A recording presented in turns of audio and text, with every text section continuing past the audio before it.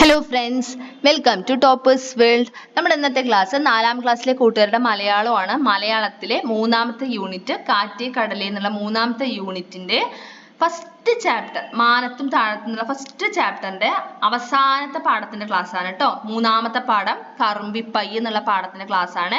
ഒരു ചെറിയൊരു കവിതയാണ് നമ്മുടെ കറുമ്പിപ്പൈ എന്നുള്ള പാഠം.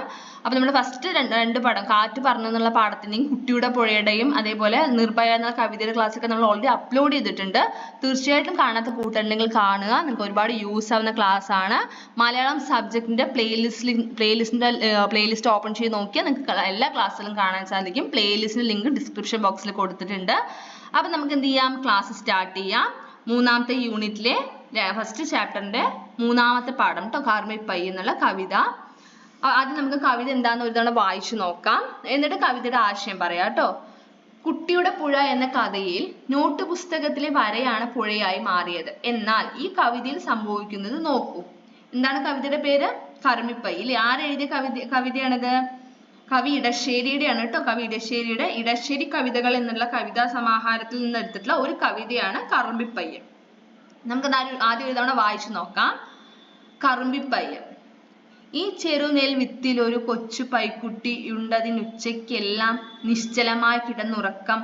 തച്ചുവലിച്ചിഴച്ചാലും ഉണരുകില്ലയ്യോ പാവം, ഒച്ചയിട്ടു കരയാനും വശമില്ലല്ലോ.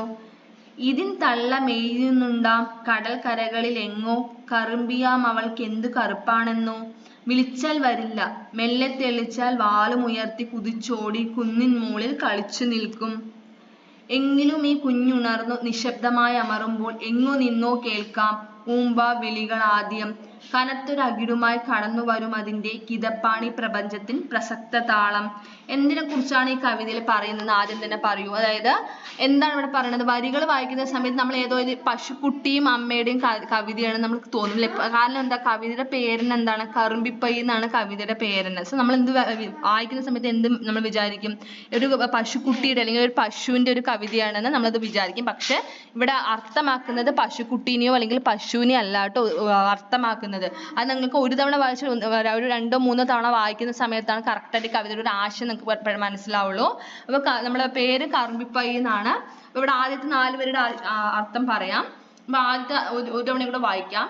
ഈ ചെറു നെൽവിത്തിൽ ഒരു കൊച്ചു പൈക്കുട്ടി ഉണ്ട് അതിനുച്ചയ്ക്കെല്ലാം നിശ്ചലമായി കിടന്നുറക്കം. ആരെ കുറിച്ചാണ് പറയുന്നത്?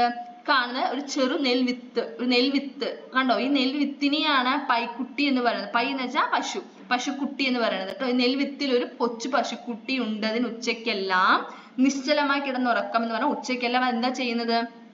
ഉറക്കം തന്നെ, നിശ്ചലമായി, അതായത് ഉറക്കം തന്നെയാണ് ഉറക്കം. അതാണ് മെയിൻ ആയിട്ട് ചെയ്യുന്നത്. വിത്ത് എപ്പോഴാണ് ഉറക്കത്തിൽ നിന്ന് ഉണരുക എന്ന് പറയുന്നത്? അതൊരു ചെടിയായിട്ട് വളർന്നു തുടങ്ങുമ്പോഴാണ്, അല്ലെങ്കിൽ മുള പൊട്ടി ചെടിയായിട്ട് വളർന്നു തുടങ്ങുമ്പോഴാണ് അതെന്ത് ചെയ്യുന്നത്? ഉറക്കത്തിൽ നിന്ന് ഉണർന്നു എന്ന് നമ്മൾ പറയാൻ പറ്റുക അല്ലെ? അപ്പൊ അതുവരെ എന്താണ്, അത് വിത്തായി തുടരുമ്പോൾ അതെല്ലാം അതെന്താണ്, അതിനുള്ള ചെടി ഉറക്കത്തിൽ തന്നെയാണ്. അപ്പൊ ആ നെൽവിത്തിനെയാണ് ഇവിടെ എന്ത് പറയുന്നത്? പശുക്കുട്ടിയായിട്ട് പറയുന്നത് കേട്ടോ. അതെന്താ ചെയ്യുന്നത്? ഉറങ്ങുകയാണ്. തച്ചു വലിച്ചിഴച്ചാലും ഉണരുകയില്ലയോ പാവം, ഒച്ചയിട്ടു കരയാനും വശമില്ലല്ലോ എന്ന് വെച്ചാൽ ഒരു കൊച്ചു കുഞ്ഞ് അല്ലെ, ഒരു കൊച്ചു കുഞ്ഞിനെ പോലെയാണ് ഇവിടെ എന്ത് ചെയ്യുന്നത് കവി, അതായത് ഒരു കൊച്ചു പശുക്കുഞ്ഞിനെ പോലെയാണ് ഇവിടെ എന്ത് ചെയ്യുന്നത് കവി നെൽവിത്തിനെ വർണ്ണിക്കുന്നത്. അപ്പൊ എന്താണ്? തച്ചു വലിച്ചിഴച്ചാലും എന്ത് ചെയ്യില്ല? ഉണരില്ല, അത്രയും ഗാഢമായിട്ട് ഉറങ്ങുകയാണ്. ഒച്ചയിട്ട് കരയാൻ പോലും വശമില്ല, അറിയില്ല. അത്രയും ചെറിയ കുഞ്ഞാണ്, അതിന് ഒച്ചയിട്ട് കരയാനും പോലും അറിയില്ല, ഉറക്കം തന്നെയാണ് എന്ന് പറയുകയാണ്. ആരെയാണ്? നെൽവിത്തിനെയാണ് പറയണത്. ഇതിൻ തള്ള മെയ്യുന്നുണ്ടാം. അടുത്ത 4 വരി നോക്കൂ. ഇതിൻ തള്ള മെയ്യുന്നുണ്ടാം കടൽ കരകളിൽ എങ്ങോ, കറുമ്പിയാം അവൾക്ക് എന്തു കുറുമ്പാണെന്നോ. എന്താ പറയണത്? ഇതിൻ തള്ള, അത് ആരാണ്? ഈ കുഞ്ഞിനെ ഉണർത്താൻ, അല്ലെങ്കിൽ ഈ കുഞ്ഞിന്റെ അമ്മ എവിടെയുണ്ട്? കടൽക്കരകളിൽ എങ്ങോ മെയ്യുന്നുണ്ട്. അവൾ എങ്ങനെയാണ്? കറുമ്പിയാണ്. കറുമ്പി എന്ന് വെച്ചാൽ എന്താ? കറുത്ത നിറമാണ്, ഭയങ്കര കുറുമ്പാണെന്നാണ് പറയണത് അല്ലെ? ആരെയാണ് പറയണത്? മഴമേഘങ്ങളെ എന്ന് വെച്ചാൽ നമുക്കറിയാം, ഒരു വിത്ത് മുളച്ചു വരാൻ തീർച്ചയായിട്ടും എന്ത് വേണം? വെള്ളം വേണം. ആ വെള്ളം കൊണ്ടുവരുന്ന ആരാ? മഴ കൊണ്ടുവരികയാണ് അല്ലെ? ആ മഴയെ കൊണ്ടുവരുന്ന ആരാ? മഴമേഘമാണ്. അപ്പൊ കറുത്ത മഴമേഘങ്ങൾ ഇപ്പൊ എവിടെയാണ്? കടൽക്കരകളിൽ എവിടെയോ ഉണ്ട്. ഭയങ്കര കുറുമ്പാണ് മഴമേഘങ്ങൾക്ക്. എന്തുകൊണ്ടാ? വിളിച്ചാലൊന്നും വരില്ല. മെല്ലെ തെളിച്ചാ എന്ത് ചെയ്യും? പെട്ടെന്ന് വാൽ ഉയർത്തി കുതിച്ചോടി കുന്നിൻ മുകളിൽ പോയി കളിച്ചു നിൽക്കും. അപ്പൊ ആദ്യം മഴ പെയ്യുന്നത് എവിടെ? കുന്നിൻ മുകളിൽ അല്ലെ? അപ്പൊ വേഗം ആദ്യം കുന്നിൻ മുകളിലാണ് എത്തുക. എങ്കിലും ഈ കുഞ്ഞുണർന്ന് നിശബ്ദമായി അമറുമ്പോൾ എങ്ങു നിന്നോ കേൾക്കാം ഉമ്പാവിളികൾ ആദ്യം. അതായത് പശുവിന്റെ ശബ്ദം അല്ലെ, നമ്മൾ കേട്ടിട്ടുണ്ടാവും. ഉമ്പ എന്നുള്ളത് ആരുണ്ടാക്കുന്ന ശബ്ദമാണ്? പശുക്കൾ ഉണ്ടാക്കുന്ന ശബ്ദമാണ് അല്ലെ. അപ്പൊ എന്താണ്? കുഞ്ഞുണർന്ന്, അതായത് ഈ വിത്ത് മുളയ്ക്കാൻ സമയമാകുമ്പോ അത് അറിയും. ആരറിയും? മഴമേഘങ്ങൾ അറിയും. അവർ വന്നിട്ട് എന്ത് ചെയ്യും? വന്ന് അവര് ആ വിളി കേട്ട് വന്ന് എന്ത് ചെയ്യും? അതിനാവശ്യമുള്ള വെള്ളം കൊടുത്ത് ആ വിത്തിനെ അവിടെ നിന്നും ഉണർത്തും. ആരുണർത്തും? മഴമേഘങ്ങൾ. എങ്ങനെ വരിക? കനത്തൊരു അകിടുമായി കടന്നു വരും അതിന്റെ കിതപ്പാണ് ഈ പ്രപഞ്ചത്തിന്റെ പ്രസക്ത താളം എന്ന് പറയുന്നത്. ആ വിളികൾ, അത് ഉമ്പാവിളികൾ എന്ന് പറയുന്നത് എന്താണ്? ആ ഒരു അമ്മയുടെ, അല്ലെങ്കിൽ ആ കുഞ്ഞിനെ ഉണർത്താൻ വരുന്ന ഒരു അമ്മയുടെ ശബ്ദമായിട്ടാണ് അവിടെ പറയുന്നത്. അപ്പൊ അതെന്താണ്? അതന്നെയാണ് ഈ പ്രപഞ്ചത്തിന്റെ ഒരു താളം തന്നെയാണ് അതെന്നാണ് ഇവിടെ കവി പറയുന്നത്. അപ്പൊ ആരുടെ കവിതയാണിത്? കവി ഇടശ്ശേരിന്റെ കവിതയാണ്. നമുക്ക് കവിതയുടെ ആശയം നമുക്ക് എഴുതാം. കവി ഇടശ്ശേരിയുടെ ഇടശ്ശേരി കവിതകൾ എന്ന കവിതാ സമാഹാരത്തിൽ നിന്നും എടുത്ത ഒരു കവിതയാണ് കറുമ്പിപ്പയ്യ്. ഈ കവിതയിൽ പ്രകൃതിയുടെയും കാലാവസ്ഥയുടെയും മാറ്റങ്ങൾ വളരെ മനോഹരമായാണ് കവി ചിത്രീകരിച്ചിരിക്കുന്നത്. മഴ കാത്തുകിടക്കുന്ന നെൽവിത്തിൽ നിന്നുമാണ് കവിത തുടങ്ങുന്നത്. നെൽവിത്തിനെ പശുക്കുട്ടിയായാണ് കവി വർണ്ണിക്കുന്നത്. ഉറങ്ങിക്കിടക്കുന്ന പശുക്കുട്ടിയെ പോലെയാണ് ഇവിടെ നെൽവിത്ത് എന്ന് കവി പറയുന്നു. കാരണം ബഹളങ്ങളൊന്നുമില്ലാതെ കണ്ണുകൾ അടച്ചുറങ്ങുന്ന ഒരു കൊച്ചു കുഞ്ഞിനെ പോലെയാണ് നെൽവിത്തും. എപ്പോഴാണ് ഒരു വിത്തിൽ നിന്നും മുള പൊട്ടി ചെടി പുറത്തു വരുന്നത്, അപ്പോഴാണ് ആ വിത്ത് ഉറക്കത്തിൽ നിന്നും ഉണരുകയുള്ളൂ എന്നാണ് കവി പറയുന്നത്. വിത്ത് മുളച്ചു വരാൻ ആദ്യം വേണ്ടത് വെള്ളമാണ്. അതുകൊണ്ട് തന്നെയാണ് വിത്തിന് ജീവൻ നൽകുന്ന മഴമേഘത്തെ അമ്മയായി കവി വർണ്ണിക്കുന്നത്.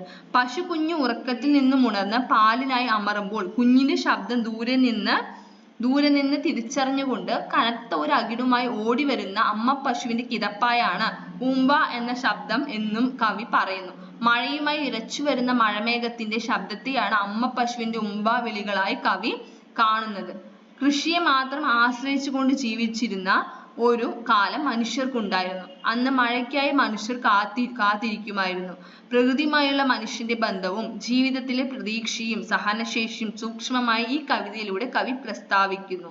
എളുപ്പമായ ഭാഷയും സ്വാഭാവികമായ ചിത്രീകരണവും കവിതയെ കൂടുതൽ ആകർഷകമാക്കുന്നു. ഇതാണ് കവിതയുടെ ആശയം. അപ്പൊ എല്ലാവർക്കും കവിതയുടെ അർത്ഥം മനസ്സിലായി കാണുമെന്ന് കരുതുന്നു. കവിതയുടെ തുടർന്നുള്ള ചോദ്യങ്ങൾ അടുത്ത പാർട്ടിൽ നമ്മൾ അപ്ലോഡ് ചെയ്യുന്നതായിരിക്കും. അപ്പൊ ഇന്നത്തെ ക്ലാസ് ഇഷ്ടമായാൽ തീർച്ചയായും ലൈക്ക് ചെയ്ത് നിങ്ങളുടെ കൂട്ടുകാർക്കൂടെ ഒന്ന് ഷെയർ ചെയ്ത് കൊടുക്കുക. നമ്മുടെ ചാനൽ സബ്സ്ക്രൈബ് ചെയ്യാത്ത കൂട്ടുകാരാണെങ്കിൽ ഒന്ന് സബ്സ്ക്രൈബ് ചെയ്യുക. Thank you.